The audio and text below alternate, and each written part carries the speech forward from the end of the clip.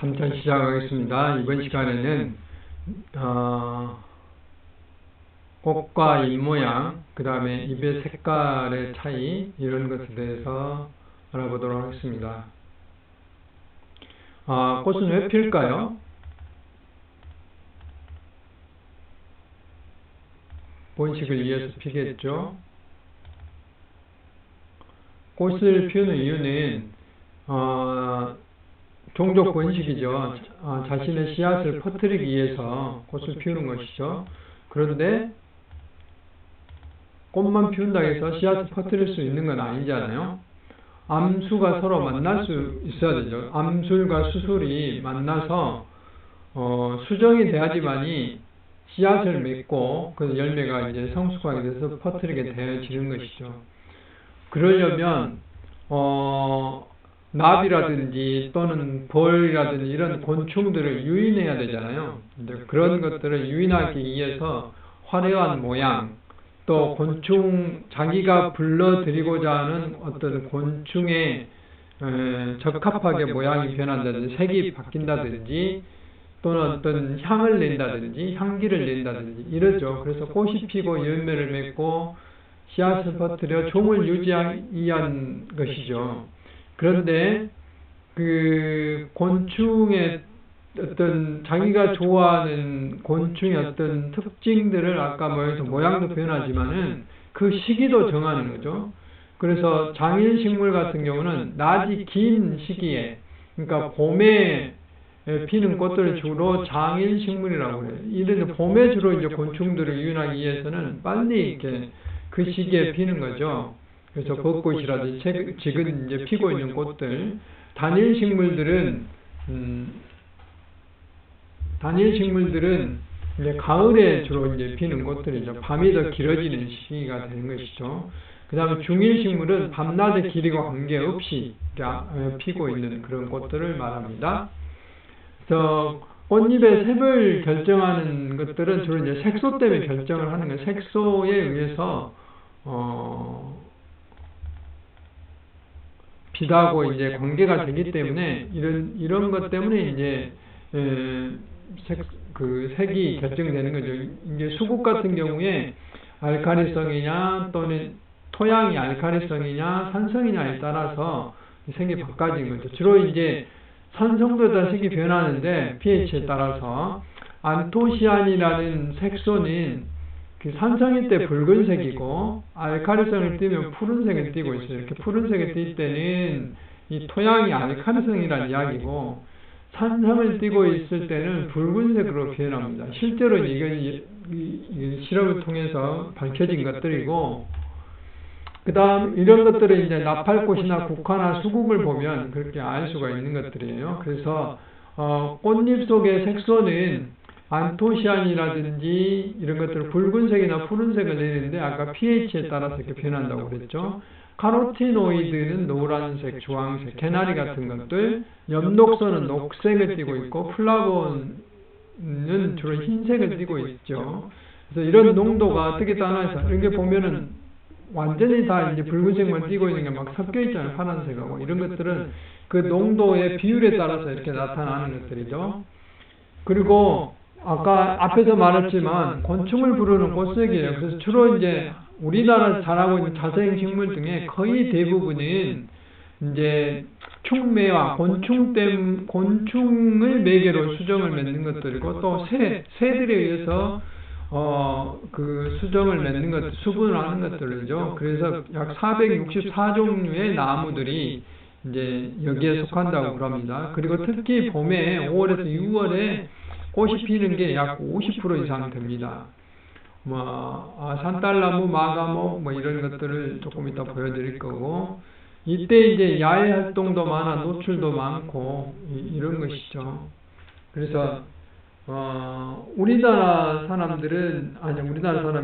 사람들은 이제 되게 적색, 녹색, 청색을 구별할 수 있는데 그 비율에 따라서 보이거든요. 그런데 되게 5, 6월에 피는 꽃들은 흰색으로 많이 보입니다. 흰색으로 피는 거죠. 흰색으로. 근데 곤충들은 이게 이제 수용체가 우리 사람하고는 달라서 꼭 이렇게 흰색으로 보이지는 않아요. 그래서 이제 이런 것에 대한 그 보상작용이랄까 보충으로서 꿀이라든지 꽃가루 향기 이런 것들을 이제 더 투자를 해서 그 곤충들을 유인하는 것이죠. 그래서 초여름에는 이렇게 흰 꽃을 피는 나무가 이렇게 많습니다. 앞에서 언급했던 그런 나무들인데, 약 그 꽃가루 바지하는 꽃을 피는 식물, 현화 식물의 약 80%가 흰 꽃이라는 것이죠. 여름에 피는 꽃들이. 이것은 곤충과 오랫동안 이렇게 서로 이제 공생관계, 협조관계를 이룸으로써 이런 것들이죠. 곤충과 꿀과 꽃가루 이런 것들 나눔으로써 식물은 이제 수분작용을 하는 그런 서로 돕고 돕는 것이죠. 꽃이 곤충에 보낸 일종의 신호라는 건 앞에서 말씀을 드렸고 그 신호가 꽃의 생김새, 색깔, 향기, 무늬 이런 것들을 가지고 이제 서로 유인을 하는 것들이죠. 벌은 빨간색은 잘 찾지 않고 보라색은 많이 찾고 또 우리는 이제 가시광선, 무지개 색깔이죠. 빨주노트, 파란볼은 식별할 수 있는데 벌은 청색, 녹색, 자외선 수용체로 이렇게 이제 구별을 하고 자외선 수용체로서 노란색, 녹색, 청색, 자외선만 식별할 수 있는 거, 뭐 적외선에 가까운 빨간색은 식별을 못한다든지 이런 이제 어떤 차이들도 있다 이 말이죠. 이제 그런 곤충과 사람의 어떤 그 영역대가 좀 다르다 그런 것을 말씀드릴 수가 있고요. 여름에 볼 수 있는 이제 흰 꽃들이 이거는 이제 전문가들이 아니면 일반인들은 구별하기 상당히 어렵습니다. 예를 들면 산사나무, 열매가 가을이 되면 그 아주 뭐 한 50분의 1로 축소해서 사과 모양으로 생겼죠. 그 다음에 초팝나무, 조금만 있으면 필 거예요. 이것은 키가 작은 나무들이니까요. 굉장히 많이 조그만 꽃들을 피죠. 그 다음 마가모, 아까 제가 잠깐 열매를 설명드렸었는데 거의 뭐 비슷비슷해요. 산사나무, 마가모, 그 다음에 팥배나무, 구별할 수 없을 정도로 꽃들이 비슷해요. 잎들이 약간 다르죠, 이렇게. 그 다음에 산딸나무는 이렇게 하나 꽃잎이 4개로 되어 있으니까 특징적으로 최근에 조경수로 많이 심어져 있으니까 쉽게 구별할 수 있을 거예요. 꽃이 고추처럼 생겼다 해서 고추나무로 되어 있는 것도 있고요. 그 다음에 밤에만 피는 꽃, 달맞이꽃. 이것은 온도에 예민하기 때문에 달맞이꽃은 그래요. 하늘타리꽃, 밭꽃도 마찬가지고 그 하루에 일주기에 그 리듬이 있는데 광합성과 호흡량 때문에 그래요. 얘들은. 그래서 주로 이제 그 낮에 광합성하고 밤에 호흡하고 하는 게 정상인데 이런 것들이 햇빛이 너무 강하다든지 이랬을 때는 꽃으로 이걸 조절을 하는 것이죠. 근데 그래서 밤에는 피고 낮에는 꽃잎을 다 오므리고 있죠, 이렇게. 근데 반대로 낮 달맞이꽃이라는 최근에 이제 우리나라에 많이 심어지고 있는데 낮에 이렇게 활짝 꽃을 피워요. 밤에는 오므리고. 이런 꽃들도 이제 최근에 조경수로서 많이 개발이 되어 있죠.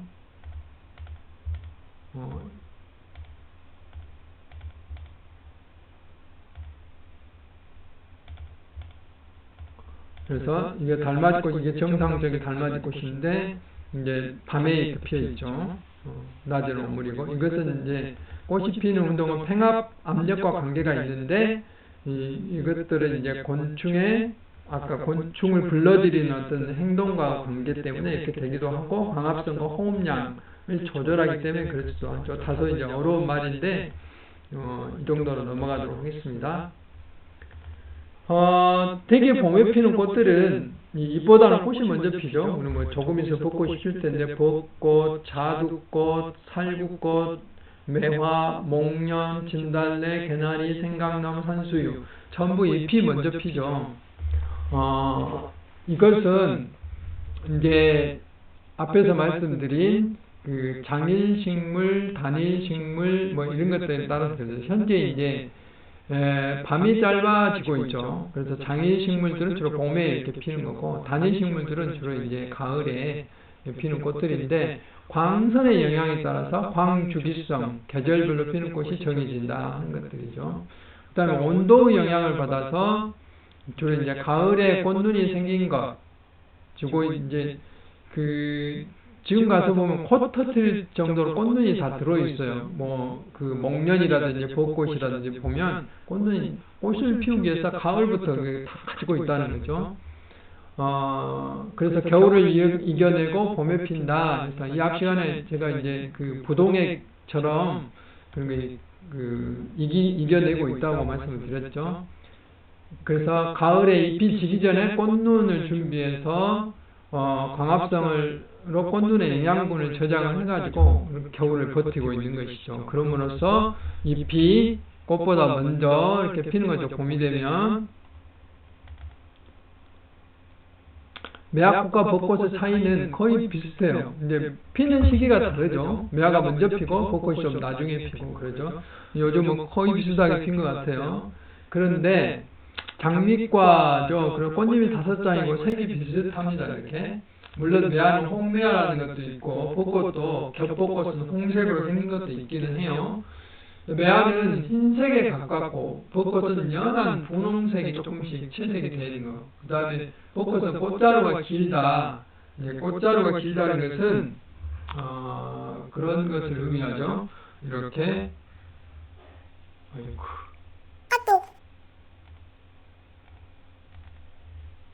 꽃자루가 길다는 것은 꽃이 이렇게 피어 있고 이렇게 길게 나와 있다는 거죠. 이게 길게 나와 있. 이런 차이가 벚꽃이고 매화는 이렇게 나무에 이렇게 바로 짧게 달려 있다는 거죠. 매화꽃은 이렇게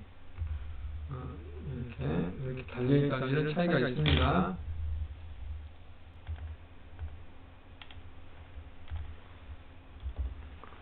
그래서 이렇게 열매도 가지에 바짝 붙어 있고 그 다음에 꽃잎의 열매도 좀 꽃자루 길게 늘어뜨려 있는 게 이제 두 개의 차이다 하는 것이고요. 이것은 이제 꼭 공부라기보다는 여러분들이 봄이 돼서 한번 이제 상식으로 그냥 제가 설명을 드리는 거예요. 되게 우리가 산수유나무와 생강나무가 있는데 꽃을 보면 거의 구별하기 어려워요. 여기 지금 이게 지금 생강나무 잎이거든요. 여기 산수유고, 그 다음에 이제 생강나무와 산수유인데, 그 차이는 꽃들의 어떤 모양이나 색깔 거의 비슷해요. 근데 생강나무가 조금 더 진하고, 그 다음에 얘는 이렇게 한 곳에, 산수유는 한 곳에 꽃이 모아져 있어요. 꽃이, 아이고. 제가 가리고 있군요. 제가 잠깐 안 보면 이렇게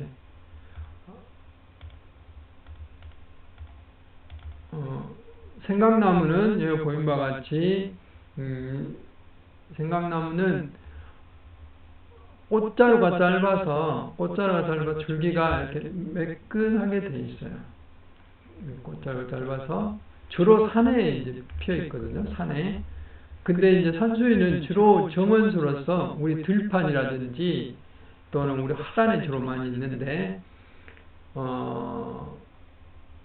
꽃자루가 길어서 이렇게 흩어진 것처럼 꽃자루가 걸어가 아니라 길어입니다. 길어서 흩어져 있는 것처럼 보여요. 이런 차이가 있다. 그 다음에 열매가 이제 붉게 보이고요. 혹시라도 이 생강나무는 열매가 검고 열매가 있는데 이 줄기를 끊어서 잎에다 대보면 생강 냄새가 그대로 나요. 그래서 생강 냄새, 생강나무다 이렇게 이름이 지어졌고 진달래와 철쭉도 구별하기가 참 어려운데 진달래는 잎보다 꽃이 먼저 피고 식용이 가능한 그래서 참꽃이라고 그래요. 철쭉보다 한 달 정도, 곧 있으면 피어요. 철쭉은 한 달 정도 뒤에 피는데, 우리가 철쭉 중에서 잎이 먼저 피는 철쭉이 있어요, 있기는. 그거 이제 영산홍이라고 그러는데, 되게 철쭉은 먹지 못해요. 독이 있어서 식용이 불가하죠. 그래서 객꽃이라고 해요. 진달래는 참꽃이고, 객꽃이라고 합니다. 그런 차이가 좀 있습니다. 그래서 잎이 먼저 핀다, 진달래는. 근데 철쭉은 잎이 나고 꽃이 피는 그런 차이가 있습니다. 최근에 적용수로 심어지는 거의 대부분 다 철쭉이죠.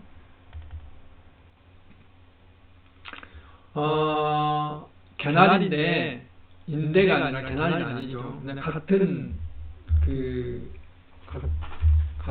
뭐죠? 과에 속하는데 물풀의 나무과에 속하는데 미선나무라고 있어요. 미선나무. 근데 하얀색이죠. 미선나무인데 이거는 한국 특산물인데 미서 아름다운 미자 부채의 선자인데 이 열매가 이렇게 마치 부채처럼 선녀처럼 생긴 부채처럼 생겼다 해서 미선나무. 꽃 모양을 본 게 아니라 열매 모양을 보고 지는데 이거 우리나라 특산종이에요. 우리나라에만 있는 특산종. 봄에 개나리하고 비슷한데 여기 있는 것처럼 개나리와 영춘화라고 있어요. 영춘화. 이게 차이가 좀 있고요. 개나리는 우리가 흔히 본 것처럼 이런 모양을 영춘화는 약간 더 이제 그 줄기도 녹색으로 생겼고 이게 좀 차이가 좀 있습니다.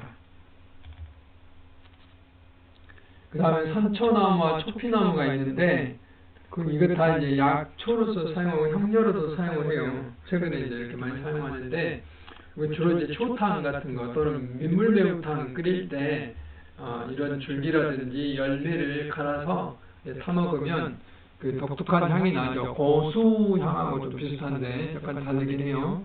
우리나라에 널리 사용하고 있는데 산초나무는 잎이 이렇게 약간 둥글고 이 겉이가 좀 조금 약하죠. 그리고 가시가 이렇게 어긋나서 여기 있고 여기 있고 이렇게 어긋나는 게 산초나무고 초피나무는 잎이 거칠고 그 다음에 그 가시가 마주다 있어요. 여기도 있고 여기도 있고 마주다 있죠.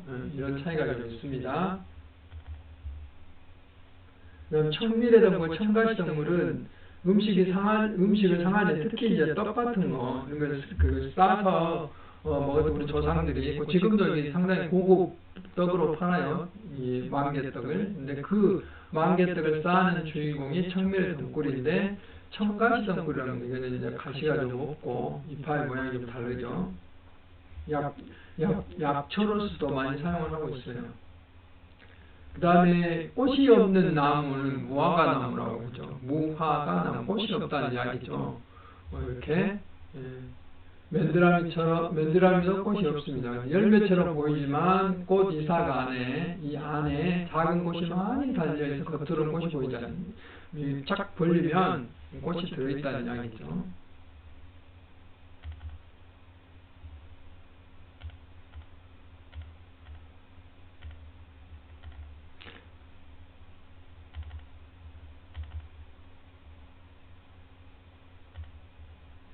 그 다음에 이제 잎 모양의 차이에 따라서 환경 영향들이 많이 나타날 수도 있고 뭐 그런 말씀을 드렸는데 이제 아무래도 우리가 그 여러 가지 여행을 한다든지 또 TV에서 보면은 추운 지방에는 저기 북유럽이라든지 이런 추운 지방에 사는 나무들은 어째요? 침엽수가 많죠. 키가 크고 그 다음에 소나무처럼 잎이 뾰족하죠. 좁은 게 좁은 게 당연히 이제 추위를 이겨내야 되니까 그러겠죠. 그래서 이제 햇빛이 별로 없고 건조 지형이기 때문에 최대한 수분을 빼앗기지 않기 위해서 그런다고 할 수가 있습니다. 그 다음에 이제 더운 지방에 사는 나무들은 나뭇잎이 크고 면적이 이제 넓게 되는 거죠. 말 그대로 활력수죠. 수분과 열을 그 잎에 이제 구멍들이 있어요. 이것들을 기공이라고 그러는데 이 기공을 통해서 밖으로 내보내기 위해서 그런 것이죠. 그런 이제 차이가 좀 있고요.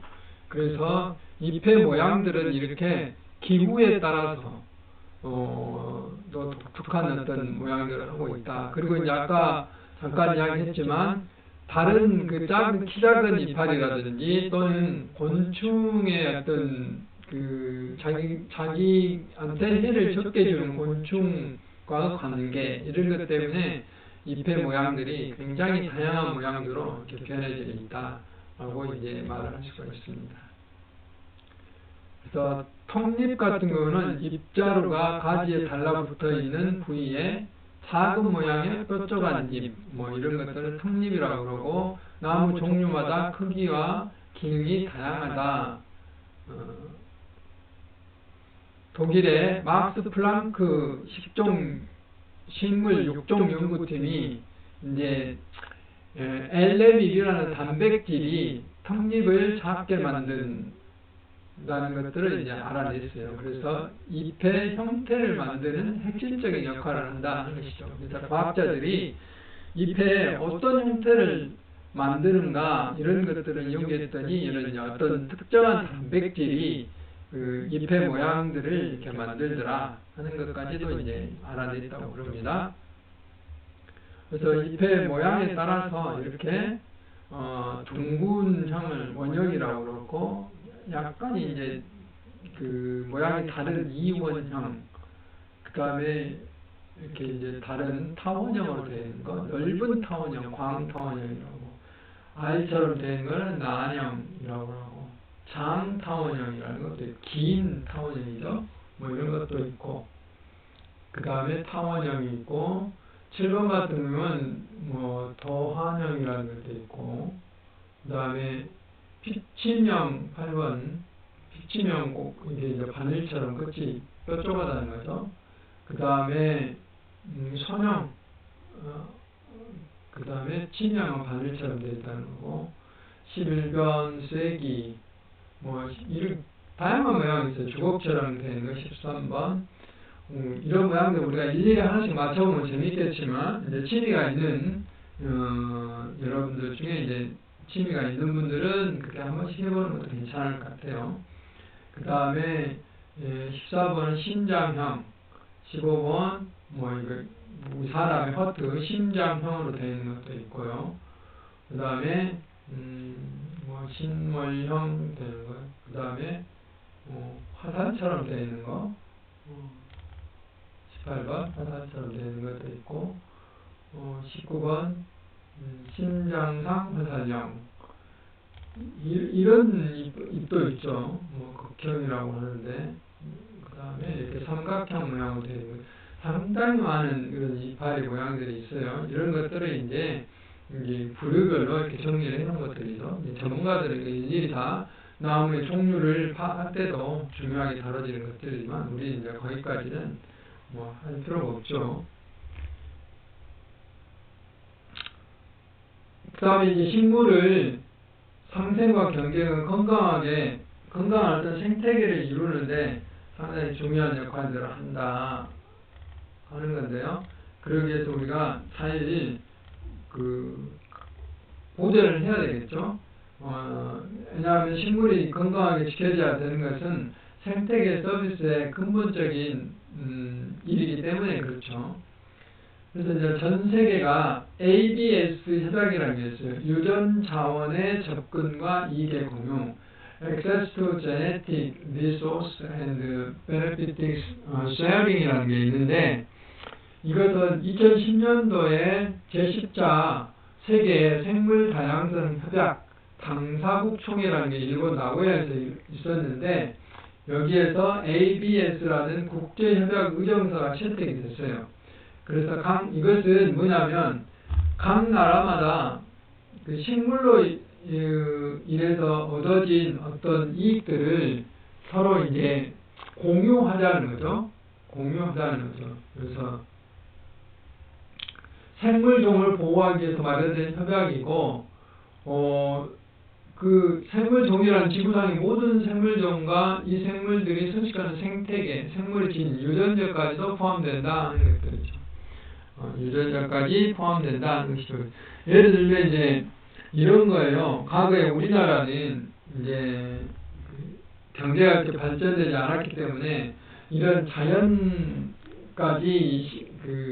신경 쓸 여력이 없었던 거죠. 그러므로 인해서 이제 특히 일본 사람이라든지 애국의 학자들은 우리나라의 작물이라든지 식물에 대한 또 동물에 대한 연구를, 자연환경에 대한 연구를 많이 했어요. 그래서 우리나라의 생물 중에 무슨 자포니카, 무슨 자포니카 이런 저페니시스 이런 그 생물 그 학명들이 상당히 많아요. 일본 사람들은 우리나라의 동식물들을 이름을 지었다는 거죠. 그 처음으로 발견을 해가지고 이런 게 상당히 많아요. 슬픈 역사지만.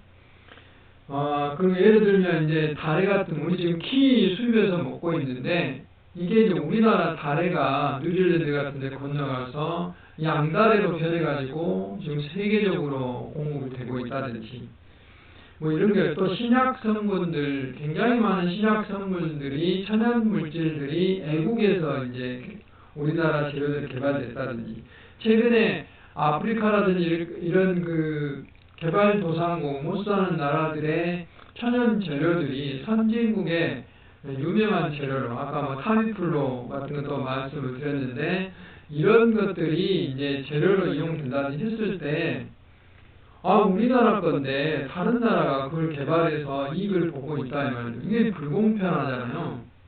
그 생물 다양성을 지키는데도 부족하고 왜냐하면 그런 데서 나온 이익들을 다시 자연을 보호하는데 이렇게 써야 되는데 선진국들이 개발해서 하기 때문에 그렇게 하지 못하는 그런 어려움들이 있어요. 그래서 이런 것들을 이제 이익을 공유하고 또 그 원래 유전 자원을 가지고 있는 나라와 어떤 협의를 거쳐서 하도록 정해진 게 ABS 협약이라는 거예요. 유전 자원의 접근 및 이익의 공유에 관한 협약이죠. 그래서 지금 이 협약이 발효되어 있고 우리나라도 가입되어 있습니다. 그래서 이런 것에 대한 내용들이 꾸준히 이제 제기되고 있는 것들이죠. 그래서 3차 시에서는 식물을 이용한 여러 가지 사례들, 그 다음 식물의 계절적인 특성들, 지구의 생명력을 불여넣는 나무들에 대한 이야기, 덩굴 식물에서 배우는 상생과 갈등, 그 다음 경쟁의 타감물질에 대한 이야기, 꽃을 피우는 이유, 이 모양이 차이가 나는 이유, 기하식물 생태계의 교란에 대해서 여러분과 함께 알아봤습니다. 장시간 수고 많이 하셨고요.